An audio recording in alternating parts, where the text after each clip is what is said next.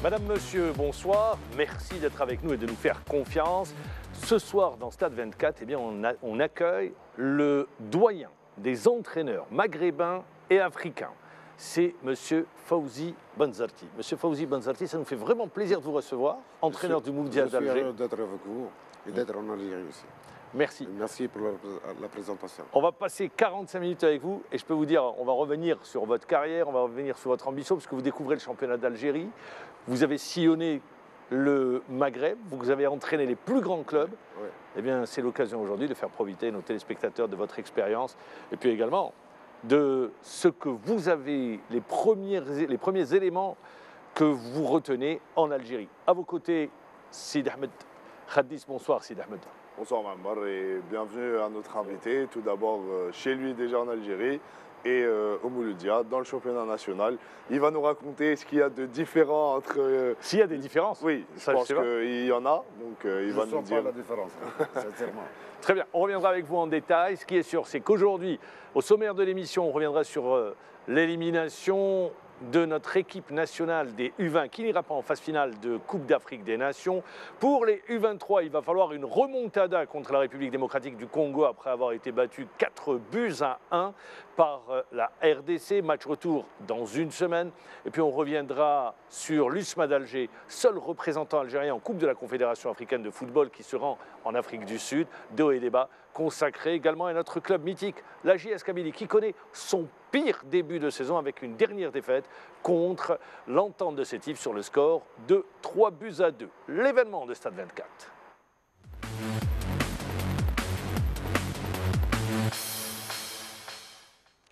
L'événement de Stade 24 consacré à nos équipes nationales U23 et U20. Mais avant d'aller dans le détail ou sur retour sur ces matchs, on va se tourner vers vous, monsieur Benzarti. Je le disais au tout début, doyen des entraîneurs maghrébins, africains, vous arrivez pour la première fois en Algérie. Vous avez entraîné les plus grands clubs, l'Espérance, le Wydad, le Raja, l'Étoile également. Je ne parle pas des clubs en Libye, les sélections. Vous arrivez au Mouloudia d'Alger. Oui. Quelle première impression? Certainement, j'étais d'être là en Algérie. Malheureusement, là, par chance, je ne sais pas, je n'étais pas là. Ça ne s'est pas fait avant? Je ne sais pas pourquoi. Ça, c'est le hasard du calendrier. C'est le hasard. Cette fois-ci, j'étais pratiquement, j'étais au Maroc. Mais mon expérience au Maroc n'a pas beaucoup duré. Donc, j'ai eu l'offre de vous le dire. Je n'ai pas dit non. Immédiatement, j'ai dit oui. Sans réfléchir, parce que j'ai besoin de voir l'Algérie, j'ai besoin d'être là, parce que je pense que l'Algérie, c'est nous, c'est la Tunisie, c'est nous-mêmes. Je suis heureux d'être là. C'est une Première impression? Pour moi, je ne me sens pas étranger. En matière de football, hein, en matière de football, pour moi, tout le monde est pareil. Que ce soit la Tunisie, l'Algérie, le Maroc, la Libye, même le Golfe. Pour moi, le joueur, c'est le joueur. L'être humain est l'être humain. Il fallait comment le façonner, comment se comporter, comment le traiter, etc. Un joueur, c'est comme une pâte à modeler. Ça dépend comment on le prend, ça dépend. Et pour moi, le football, c'est culture, c'est éducation, c'est dans la tête, c'est pas dans le pied. Vous saviez qu'en prenant le Mouloudia d'Alger, vous arrivez dans un club où les supporters attendent des résultats depuis bien longtemps, et notamment un titre de champion. Le Mouloudia, c'est un grand club. Je connais que le Mouloudia a un grand public. C'est ça le grand club, c'est grand public. Ça, je le connais depuis les années 80, 90, etc. Ça, je le connais. Mais croyez-moi, je ne sais pas la position de Mouloudia lorsque je suis débarqué là. Je ne sais pas qui sont les joueurs. Vous êtes venu sans vous renseigner quelle était la composante? Absolument pas. Absolument pas. Parce que moi, j'ai confiance en moi-même. J'essaie de travailler avec les moyens de bord, avec tous les joueurs. Il faut qu'il arrive à perfectionner le jeu, se donner à fond. L'amour de bien faire, l'amour de se donner, de garvager dur. J'ai dit un mot tout le temps, il faut aimer souffrir. Ça, pour moi, c'est très important. Et avec n'importe quel groupe, parce que pour moi, il n'y a pas une grande différence entre le club. Pourquoi? On dit club. Par exemple, l'année dernière, j'étais avec un club de Monastir qui est modeste. J'étais pratiquement en doigt de remporter le championnat. Et ça ne s'est pas fait. Non, par exemple, il fallait modeler ces joueurs, les inculquer un football juste, un football... On reviendra sur ce que vous aimez voilà. comme football et qu'est-ce que vous aimez préconiser, mais avant, on va aller sur cette défaite, de notre équipe nationale, battue 4-1 en République démocratique du Congo. Il va falloir assurer une remontada pour pouvoir se qualifier. C'est un sujet préparé par Imen Meret. Pour le compte du match aller de l'avant-dernier tour de qualification à la prochaine CAN 2023, les protégés de Nordin Ould Ali se sont inclinés lourdement à Kinshasa face à la République démocratique du Congo, 4-1.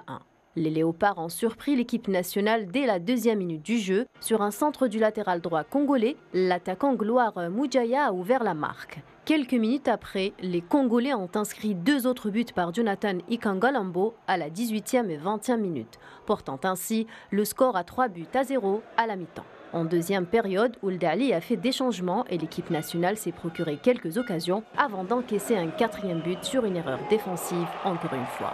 Finalement, l'Algérie profitera à son tour d'une erreur de la défense congolaise pour marquer le but de la réduction du score par l'intermédiaire de l'ancien joueur du CRB actuellement à l'Eventé, Chemseddine Bekouche. Score final 4-1 pour la République démocratique du Congo. On peut dire que c'est un challenge très difficile mais pas impossible qui attendra désormais Ould Ali et ses protégés au match retour pour espérer une remontada et la qualification à la prochaine CAN en 2023.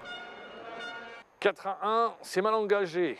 C'est pas impossible, mais ça sera très compliqué. Très difficile. Et surtout au vu du match aller. Et on l'a vu, 4-1, ce n'est pas volé. Une équipe algérienne dominée à tous les niveaux. Raté sa première mi-temps sur l'entame du match. Complètement. Sur les 20 premières minutes, il y avait déjà 3-0. Donc il y a un manque de concentration aujourd'hui flagrant. Ils ne sont pas rentrés dans le match. Pas du tout.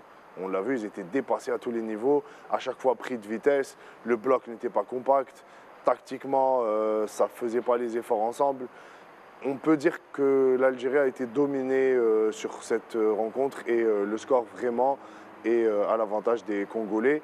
Il va falloir faire ce qu'on peut au match retour, ce n'est pas impossible, c'est du football, mais sur ce qu'on a vu au match aller, il y a une classe d'écart entre les Congolais et notre équipe nationale. De quoi peut-être se poser des questions sur la nature de l'effectif. Il ne faut pas aller vite en besogne. Moi, je ne veux jamais tirer des conclusions. Non, pas Attendons de conclusion. le match retour. Mais je parle du match aller. Sur ce match aller, on a été dominé. C'est ce qui est flagrant aujourd'hui par rapport au jeu. Le résultat est là. Quand on joue une double confrontation en si peu de temps, il faut essayer de faire le maximum au match aller, ne pas perdre. Si on perd, pas perdre avec un gros score, comme ce fut le cas avec les U23, mais je pense que ce n'est pas impossible. La mission est difficile, ils peuvent le faire. Ici, il va falloir marquer 3 buts. Donc, ne pas encaisser. Et surtout ne pas encaisser. Surtout. Sir Fawzi Bonzotti, une semaine entre le match d'aujourd'hui et le match retour. Mentalement, c'est dur parce qu'il faut tourner tout de suite la page. Pour moi, tout est possible. Il y a eu des remontadas. Ça dépend comment on va préparer le joueur psychologiquement et mentalement, surtout ça. Il ne faut pas essayer de, moralement, que ce soit le joueur au point. Ça dépend comment on va préparer ce joueur psychologiquement et mentalement. Et ça dépend de la manière dans laquelle on devrait jouer. M. Bonzotti, pourquoi les équipes maghrébines ont toujours des difficultés sur ce type de compétition? Que ce soit Algérie, Tunisie, Libye, à chaque fois de grosses difficultés. Comment? On a toujours de grosses difficultés dans les catégories, chez les U23, les U17, les U20. Oh, c'est un autre problème. Si vous voulez me parler de ça, on peut parler. Pour moi, il fallait commencer par l'éducation nationale. Il n'est pas normal que nos jeunes vont à l'école de 8 h du matin jusqu'à 6 h le soir. Ça, c'est un problème très monstre. Il fallait pour moi, j'ai bataillé ça pendant longtemps avec tout le monde, avec tous les ministres, pour que l'éducation nationale, ça se termine à 14 h. Pour laisser aux jeunes le temps. Vous préconisez le système allemand? Pas d'allemand. Il s'arrête à 14 h. Même pour le parent, il est excellent. Même pour les élèves, il est excellent. Même pour le jeune. Et chacun fait ce qu'il veut. À partir de 14 h, il peut être, je ne sais pas, menuisier. Il y a des vocations. Il y a des vocations. Pour nous, je pense qu'on est en train de tuer la vocation de nos jeunes. C'est très important. Il faut l'électronique, je ne sais pas quoi, et surtout pour le footballeur, pour les sportifs généralement, il fallait qu'il y ait du temps. En plus, le terrain. Vous parlez du volume d'entraînement? Volume d'entraînement et le temps. Est-ce qu'on a le temps de s'entraîner? On ne s'entraîne pas. On ne fait pas de séances adéquates. Et c'est trop peu.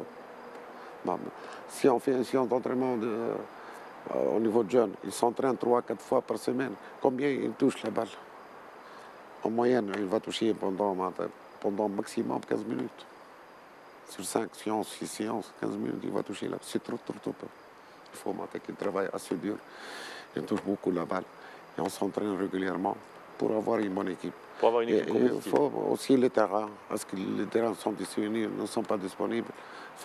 C'est toute une politique qui devrait changer. Ce n'est pas le football, tout simplement. C'est le tout. Il n'y a pas d'improvisation. Voilà, exactement. C'est pour cela. Il n'y a que le travail qui paye. Au niveau de jeunes, en Afrique, ils ont l'espace. Les espaces, les terrains.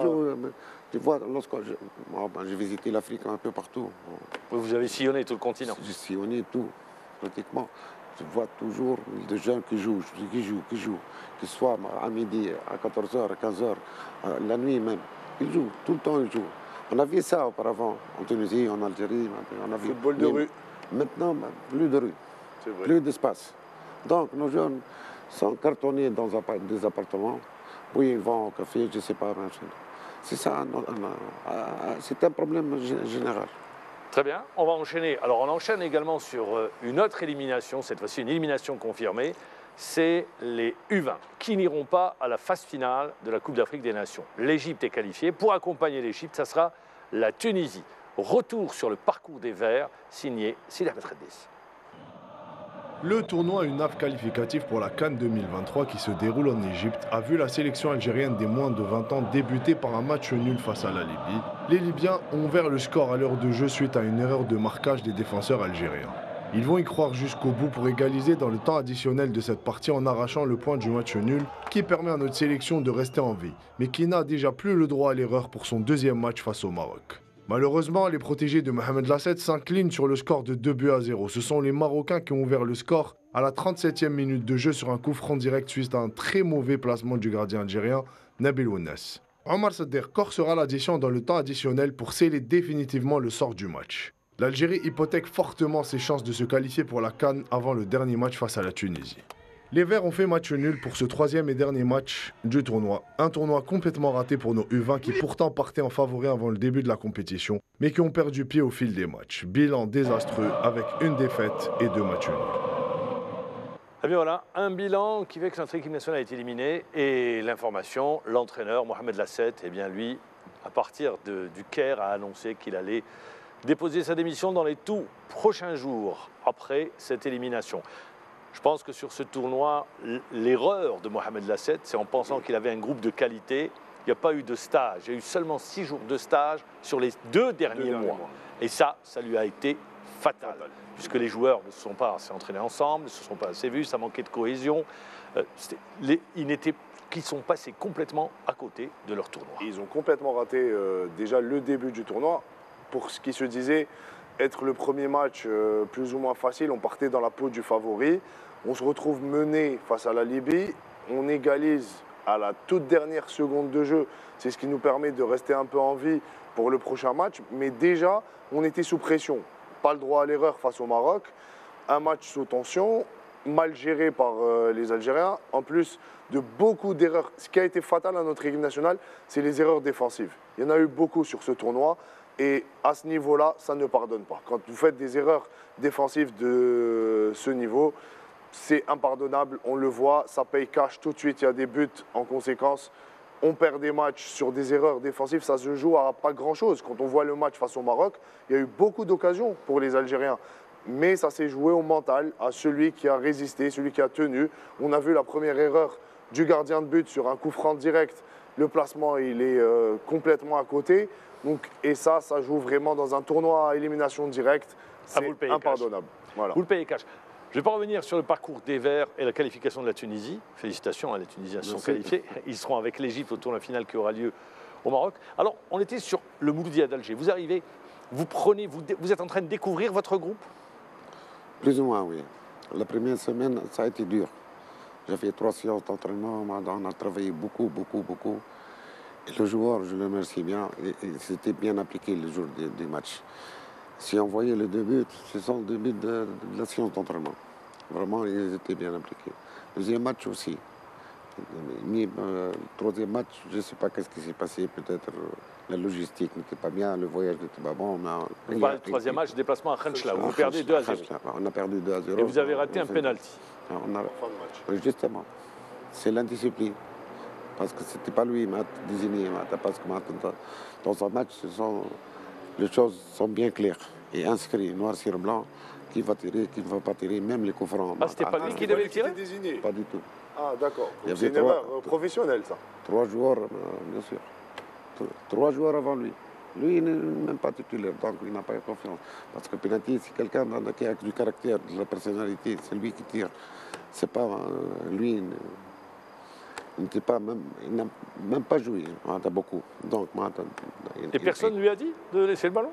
Je ne sais pas ce qui s'est passé, c'était loin. Je n'ai pas vu le premier tireur.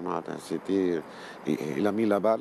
Puis, je ne sais pas comment il s'est dégagé comme ça. Qui était désigné pour tirer? Il y a 3 joueurs. Le premier, c'était qui le premier tireur? Le nom, il m'échappe.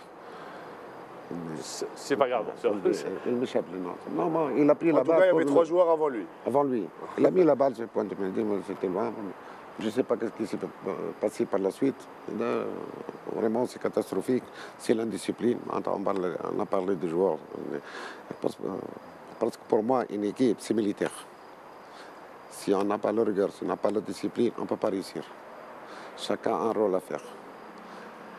Tout à l'heure, on a parlé de la défense et des erreurs défensives. La défense est très importante. On n'a pas de défense, il n'y a pas d'équipe. Lorsque je parle de la défense, je parle de toute l'équipe. Je ne parle pas des 4 défenseurs du gardien, non, peut-être. C'est le bloc. Toute l'équipe. Ici, par exemple, dans notre monde, le milieu de terrain et l'attaquant, ils se croient qu'il y a un senior. Non. Vous, le défenseur, récupérez la balle et amenez la balle chez moi. Ils n'ont pas la notion de la défense, ils n'ont pas la notion de cette éducation, ils ne l'ont pas. Et je l'ai trouvé un peu partout. Il faut travailler dur pour qu'ils comprennent qu'ils sont... Il faut répéter sans arrêt? Non, c'est mental? C'est plutôt mental. Et le joueur devrait être convaincu aussi. Lorsqu'il y a des phases de jeu, on le démontre, etc., il va comprendre. Parce que ce que je vois, moi, le départ de l'action, ce n'est pas la fin de l'action. La fin de l'action, c'est le départ? Le départ de l'action. La fin, ça ne m'intéresse pas. Parce qu'au départ, on n'a pas bien travaillé. Vous parlez de la construction du jeu. C'est-à-dire lorsqu'on est devant, lorsque le joueur ne fait pas son rôle défensif, bien sûr, la balle va arriver chez nous. C'est ça que je vois. Parce que le premier, il n'a pas fait son rôle. L'attaquant, peut-être, le milieu de terrain, ils n'ont pas fait leur rôle défensif convenablement. Et c'est ça la gravité. Monsieur Benzarti, l'attente, la grande famille mouloudéenne, très grande. Oui. Vous concernant, vous avez tout gagné sur le continent. Oui. Finaliste de la Coupe du Monde des clubs, battu par le Bayern de Munich de 2-0. Vous avez gagné la Champions League, vous avez gagné la Coupe de la CAF. Super Coupe. Vous avez tout gagné. Là, vous êtes passé. Et en arrivant, je ne sais pas si vous avez lu les comptes rendus de presse, vous avez écouté. Je ne m'intéresse pas. Dès que vous arrivez, on pense qu'avec Fawzi Benzarti... Je ne m'intéresse plus aux mass médias. Moi, je suis bien tranquille, bien... Concentré sur votre sujet. Je vais voir ce qu'ils disent de moi. Donc, ni bon, ni mauvais. Donc, c'est pour ça que je dis, l'attente est grande. Avec le potentiel que vous avez, est-ce que vous pensez, je ne vais pas vous dire gagner le titre. Je m'attendais à cette question. Non, est-ce que vous pensez avoir le potentiel, pas pour jouer le titre peut-être, mais terminer sur le podium ou se qualifier dans une compétition africaine? Pour moi, lorsque je travaille, la première des choses, à ce que je pense plutôt faire changer la mentalité du groupe. C'est le premier point. C'est un travail très, très important sur le plan psychologique et mental. C'est mon rôle. Monsieur Benzarti, je suis obligé de vous interrompre. Quand vous dites changer la mentalité du groupe, qu'est-ce que vous voulez dire? C'est-à-dire que le club devrait être mentalement et psychologiquement.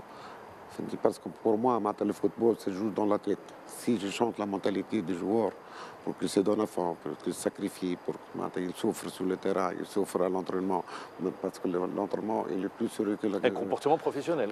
Exactement. Ils devront qu'ils soient professionnels à 100%. Même à l'extérieur du terrain, etc. Tous ces phénomènes sont très importants pour avoir une bonne équipe, pour avoir le titre. Et pour moi, je pense à faire progresser chaque joueur.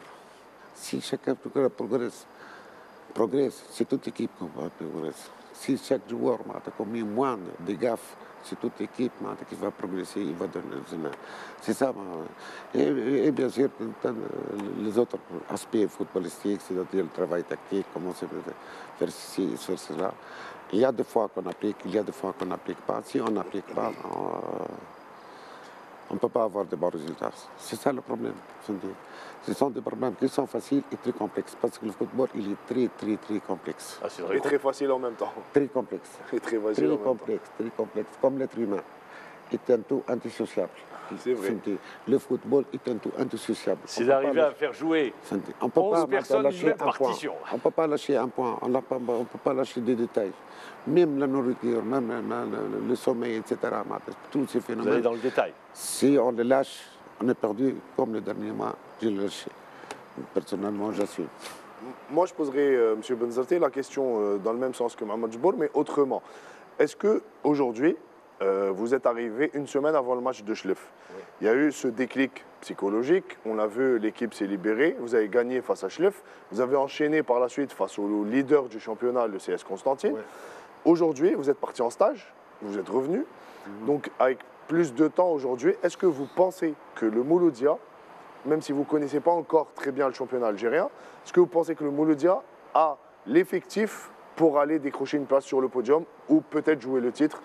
On le sait, à votre arrivée, vu votre vécu, vous étiez un peu l'espoir au sein de ce club. Pour moi, actuellement, on a un excellent président.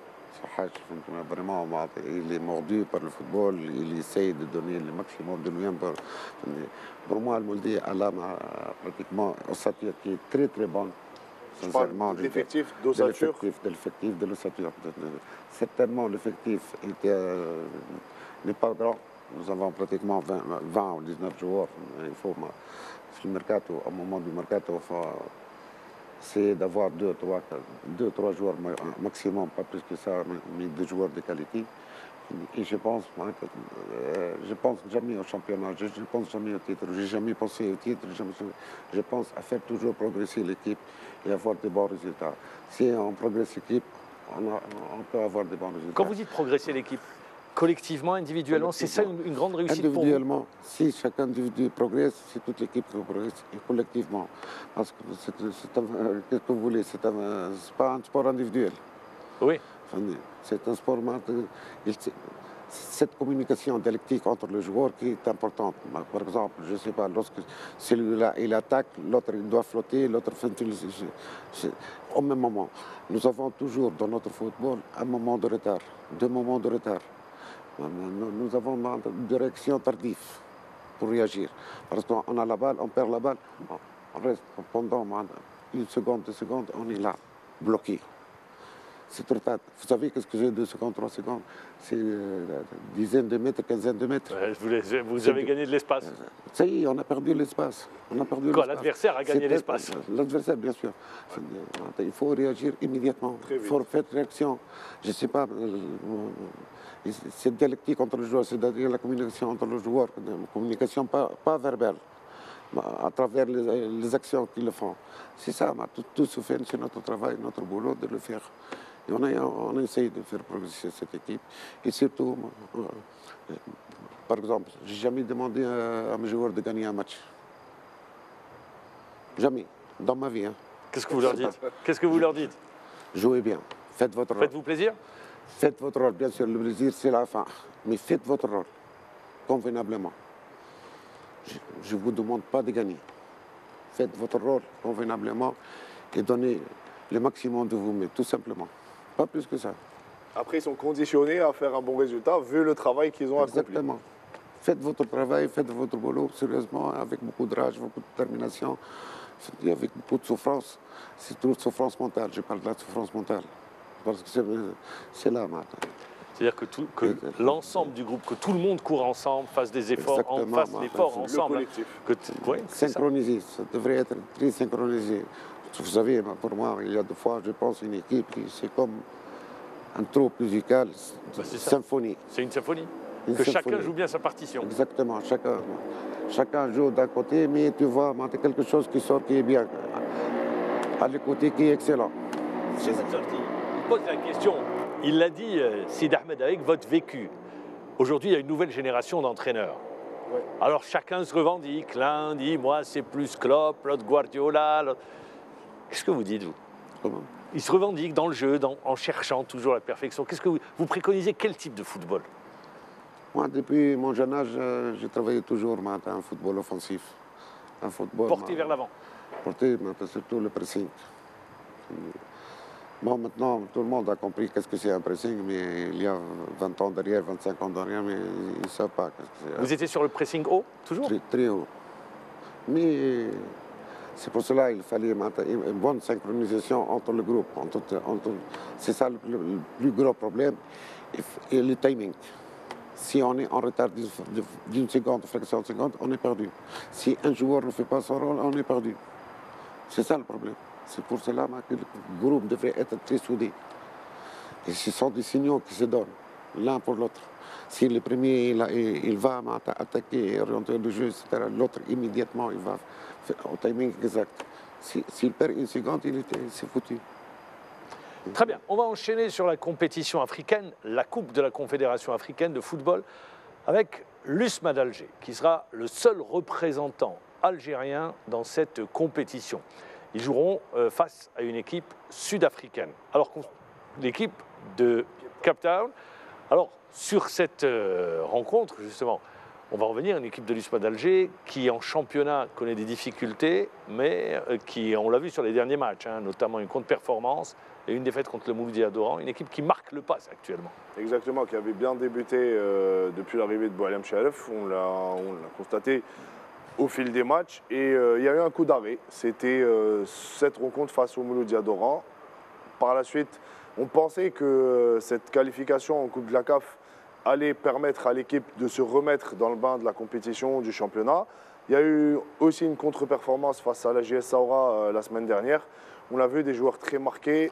Un but partout contre la JS Saoura. Exactement, ils se sont fait rejoindre en fin de match. Mais je pense qu'aujourd'hui, la question qu'il faut se poser, c'est est-ce que l'USMA a l'effectif pour aller jouer sur les deux fronts? Donc c'est vraiment la question qu'on doit se poser. Et est-ce que cette Coupe de la CAF va permettre à cet effectif de l'USMA de rebondir en championnat? Parce que c'est une équipe qui se cherche encore, comme vous l'avez dit, Mammar. C'est toujours, on est toujours à la recherche du résultat, du rendement. On l'a vu avec Boualem Sharif qui préconise vraiment le jeu. Contre la JS Saoura, ils ont eu 4 occasions nettes de scorer. Mais il a manqué le dernier geste, la justesse dans le dernier geste. C'est ce qu'il a manqué. Boualem Sharif est toujours, vous parliez d'adepte du jeu. Il a toujours été, on l'a vu par le passé avec le Harrach, là où il est passé. Donc ça va prendre du temps à se mettre en place. Il y a eu des choix qui ont été faits de la part de l'entraîneur, peut-être décriés par certains supporters de l'USMA, des joueurs qui ne jouent pas. Est-ce que vraiment, c'est pour ça que les supporters ne sont pas à la séance d'entraînement? C'est clair. Non, mais il y a des joueurs qui avaient fait une très belle saison l'an passé. Et qui Hadj, Mané, donc il y a des joueurs qui étaient là. Mais je pense que Boualem Sharif a aujourd'hui le potentiel pour aller loin dans cette compétition. Je me tourne vers vous. Vous avez tout gagné, M. Fawzi Benzotti. Pour qu'une équipe puisse aller très loin en Coupe de la CAF, je pourrais rester sur la Coupe de la CAF que vous avez gagnée, qu'est-ce qu'il faut? Il faut avoir un effectif, il faut avoir 2 équipes. Pas du tout, pas du tout. Pas du tout. Pas du tout. On me reproche tout le temps d'avoir une équipe toujours pratiquement tout le même genre, surtout lorsque j'étais au ID dernier. Pourquoi il n'y a pas le turnover? Le turnover, oui. Pourquoi? Je n'ai pas compris. Le turnover, ça permet de faire reposer certains joueurs. Non, ils sont bien. Pour moi, je pose toujours une question. Est-ce que tu es bien? Est-ce que tu es fatigué? Est-ce que il y a cette communication. S'il dit que je suis bien, pourquoi? Oui, et même les joueurs, ils ne veulent pas se reposer. Est-ce que vous voyez Messi se repose? Même pas 5 secondes. Aujourd'hui, oui. Mais, avant, oui. Avant, non. Avant, non. Avant, il n'a jamais. Ronaldo, c'est la même. Il quitte jamais le terrain. Et tout le temps, Oui, mais eux, c'est des exceptions un peu dans le foot. Non, mais s'il est bien, donc il n'a pas. C'est pas question de nombre de l'effectif. C'est pas il faut avoir 30 Parce qu'il y a beaucoup de techniciens qui vous disent, moi, si je vais sur une compétition africaine avec le championnat, les matchs retard, je joue quasiment tous les 3 jours, il faut avoir 2 effectifs. Une profondeur de banc. Non, je suis contre. Nous sommes en train de faire un football d'élite, pas un football de masse. Pour moi, une équipe, c'est 24, maximum 25 joueurs avec les gardiens. Maximum. Pas plus que ça. On ne peut pas bien travailler avec 35 joueurs ou 40 joueurs. Si on veut faire du beau travail, c'est toujours avec un effectif bien réduit. 24 joueurs, 24, 22, 22, pas plus que ça. Et avec cet effectif, si on s'entraîne bien, si on s'occupe de l'hygiène du joueur, c'est tout. On n'aura jamais de blessures, on n'aura jamais quoi que ce soit, on n'aura jamais de la fatigue. La fatigue, ça n'existe pas pour moi. La fatigue, c'est mental, c'est dans la tête. Quand vous parlez de fatigue, c'est-à-dire que le joueur récupère bien et une hygiène de vie. Récupère bien, et hygiène de vie, bien sûr. S'il est fatigué, s'il y a quelque chose, il a fait quelque chose ailleurs. Mais avec le séance s'il a fait la fête la veille, c'est sûr que... Peut-être. Mais ils le disent, parce qu'ils me donnent confiance. C'est ça, la communication entre le joueur, entre nous. Il faut faire confiance. Est-ce que tu es fatigué? Tu veux te reposer? Non, il te dit non, je suis bien. Avec il y a des fois, il y a un changement d'un ou 2 joueurs, 3 joueurs, par nécessité. Sinon, on n'a pas besoin de 35 joueurs pour jouer la CAF, jouer le championnat, jouer la Coupe. Pas du tout. Donc vous n'êtes pas un adepte du turnover, pour vous, non? C'est ce que je comprends. Par nécessité. S'il n'est pas imposé, c'est par nécessité. Sinon... Pas du tout, par nécessité. Sans le choix tactique, il y a des fois on change de joueur pour des choix tactiques.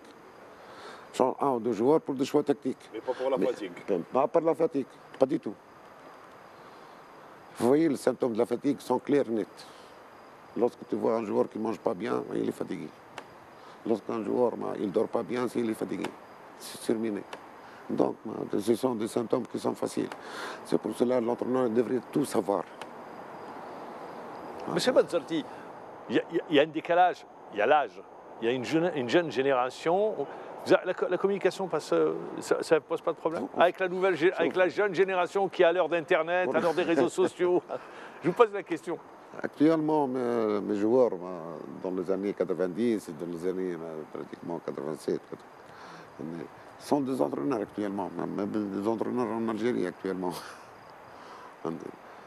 Pratiquement, c'est... Kouki, par exemple, Khaled Ben Yahya, il était un joueur. Ben Yahya aussi? Oui, c'est pas mal. Pratiquement, même les entraîneurs qui sont utilisés, ils étaient des joueurs. Je suis content, parce que j'ai formé des hommes. Je suis très content pour eux. Au contraire, ça me fait plaisir énormément lorsqu'ils réussissent. Et il y en a aujourd'hui en Algérie. La firme tunisienne est bien implantée en Algérie. Non, je suis fier de ça. On parlait de quoi? Des jeunes, aujourd'hui avec le jeune footballeur. Pour moi, la réussite, c'est l'adaptation. Si tu veux réussir, il faut savoir s'adapter. Je le dis même aux joueurs, si tu veux réussir, il faut savoir s'adapter. Moi, personnellement, j'arrive à m'adapter avec le jeune aujourd'hui. Aucun problème. Il n'y a pas de problème en termes d'adaptation? Parce que je fréquente toujours des jeunes. Il veut rester jeune, monsieur Manzotti. Je le suis aussi. Allez, on enchaîne avec des hauts et des bas.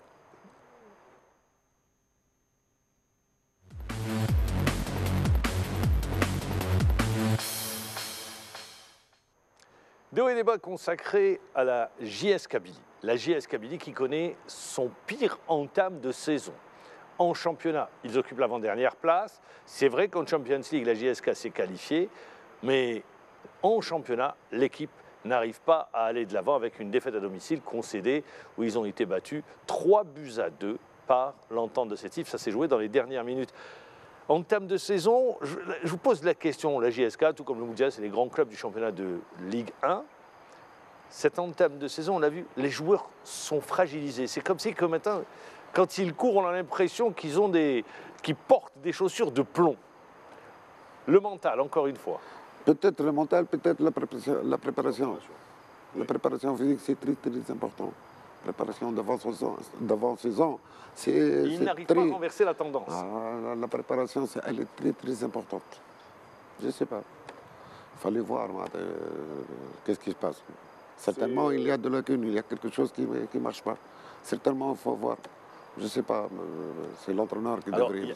Mais il parle de la préparation, Mohamed Jabbour. C'est le constat qui a été fait par Amrani, l'entraîneur qui arrive et qui a succédé à Riga.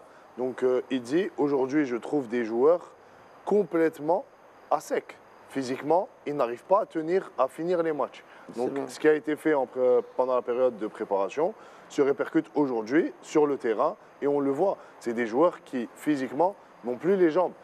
En témoigne le match face à l'Entente de Sétif. À la 90e minute, ils menaient 2-1. Ils le perdent à 4 minutes de la fin. C'est-à-dire que dans le temps additionnel, en 4 minutes, ils perdent le match. Il y a beaucoup de facteurs. Il faut déterminer. Mais dans le même temps, quand vous portez un tel maillot... Le bon entraîneur, c'est lui qui détermine le mal. On ne peut pas guérir quelque chose si on ne connaît pas. Il faut diagnostiquer le problème. Il faut décortiquer qu'est-ce qui se passe. Mais dans le même temps, il y a des joueurs, quand ils portent le maillot, les résultats ne sont pas là. Le maillot, il est lourd à porter, le maillot de la JSK. Exact. Et du coup, mentalement, il est complètement tétanisé. C'est un peu ce qui ressort des derniers matchs de la JSK, sur ce que j'ai vu. Pour moi, il faut relaxer les joueurs. Quand vous êtes arrivé au Mouloudia d'Alger, vous les avez trouvés fragilisés mentalement? Non, pas du tout. Pas du tout? J'étais plutôt agressif avec non, pas vous. Les joueurs, comment vous les avez trouvés? Vous les avez sentis un peu... J'ai eu les joueurs 2 jours avant le match, parce qu'ils étaient en équipe nationale, les 6 joueurs pratiquement, et les autres joueurs. Mais j'étais un peu dur avec eux. Très bien, on va rester avec la JS Kabylie et retrouver le président de la JSK qui, lui, eh bien, lance tout simplement un appel aux actionnaires. Des actionnaires, la JSK, le problème de la JSK, elle est prise en otage par des actionnaires, y compris nous. Parce qu'un actionnaire اللي ما يجي ما يحوس ما يدير يدو في جيبو ما يعاون بحاجه ما يعاون بدراهم دونك انا ما يقدرش ان كلوب هكذايا بهاد المشاكل كاع هاد المشاكل كاع يافونسي للقدام. Ben on le voit. Là, c'est un petit peu quand on perd le fil. Exactement. Voilà, si simplement, c'est qu'aujourd'hui, ça va dans tous les sens. Tout à fait. On pensait que l'Assemblée, la réunion extraordinaire avait calmé, avait ramené la sérénité au sein du club. Une défaite et tout est remis en cause. C'était de la poudre aux yeux, je pense qu'on l'a bien vu. D'ailleurs, lui-même le disait, Yazidi Alishen, après le match, jamais je ne me réconcilierai avec quelqu'un qui a fait du mal à la JSK. Donc c'était vraiment quelque chose, on le sentait, c'est quelque chose qui était... Oui, mais moi je parle de la sérénité. Oui, de la sérénité dans le groupe. Mais aujourd'hui, ça se voit. Après une défaite à domicile, tout repart à zéro. C'est-à-dire qu'on remet tout en question. Mais je pense que le mal de la JSK, il est vraiment profond et il ne date pas de l'année dernière ou d'il y a 2 ans. Ça fait un moment que ça dure. Ils sont arrivés même à diviser les supporters. Alors que j'avais joué à la JSK et jamais j'avais vu un peuple aussi uni. C'était une région. Des supporters aussi unis. Oui, des supporters où tout le monde était derrière le club. C'était vraiment la région de la Kabylie qui était derrière. Aujourd'hui, on le voit, c'est des patelins.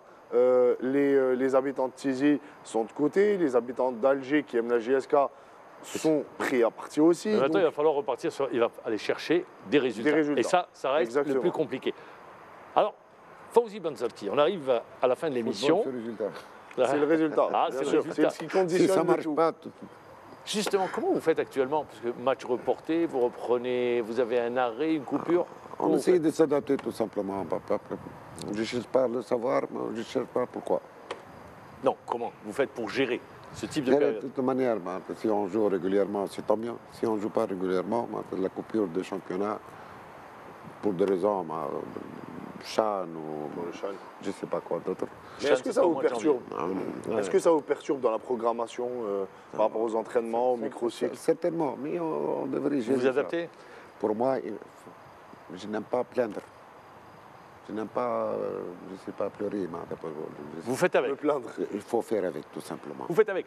Avec tout, calmement, tout simplement. Très bien, moi je vois. Bon, ça c'est l'expérience qui parle, c'est l'expérience qui parle. Exactement, pourquoi bon, il n'y a pas de compétition, il y a d'interruption, je ne sais pas, ceci, cela, non.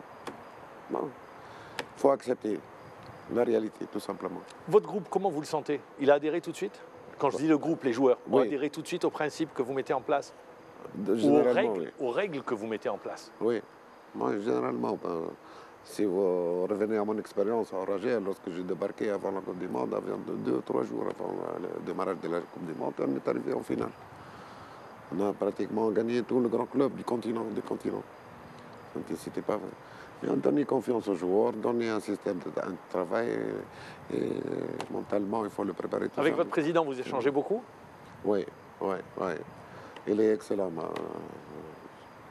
Je pense qu'il va aller trop loin avec cette équipe. Votre réussite, c'est sa réussite également. Ça va Certainement, dans les deux sens. Certainement, Parce qu'il y a le choix. Et... Quand le président va rester, je pense qu'il va rester au moins 4-5 ans. Notre Nord, c'est toujours résultat. C'est vrai que j'ai regardé, hein, vous bougez beaucoup, hein. Vous ne tenez pas en place Moi, ces dernières années. Vous êtes surnommé d'ailleurs le coach volant. Oui. Vous ne chômez jamais. Vous êtes toujours dans un club. bougez même beaucoup. si j'ai envie de me reposer, bon, reposer. même de me reposer, à faire une année sympathique, il ne me laisse pas. Même l'année dernière, j'ai tellement voulu avoir une année sympathique. J'étais trop fatigué. Mais mon club, Monastir, je suis d'origine de Monastir, bon, ils m'ont mis beaucoup de pression pour Alors, que ce soit. l'entraîneur volant, cette le année, pompier de service, pompier de service, oui. parce que également, j'ai vu à l'Espérance, vous partez, vous revenez, vous partez, vous revenez. L'équipe nationale aussi. Il ne reste pas longtemps en équipe C'est ça, le nationale. problème. Je ne sais pas pourquoi. J'ai jamais perdu avec l'équipe nationale un seul match.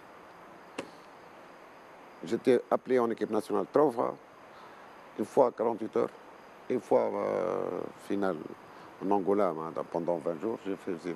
On n'a pas perdu, 0 match perdu. La phase finale en Coupe d'Afrique des Nations. Puis la dernière fois, j'étais dans un club, monsieur le président de la fédération a fait appel à moi. J'étais là sans demander quoi que ce soit. J'ai gagné 3 matchs, puis on m'a éjecté. Vous n'arrivez pas à vous installer dans un club sur la durée? Pourquoi pas? C'est pas ma faute.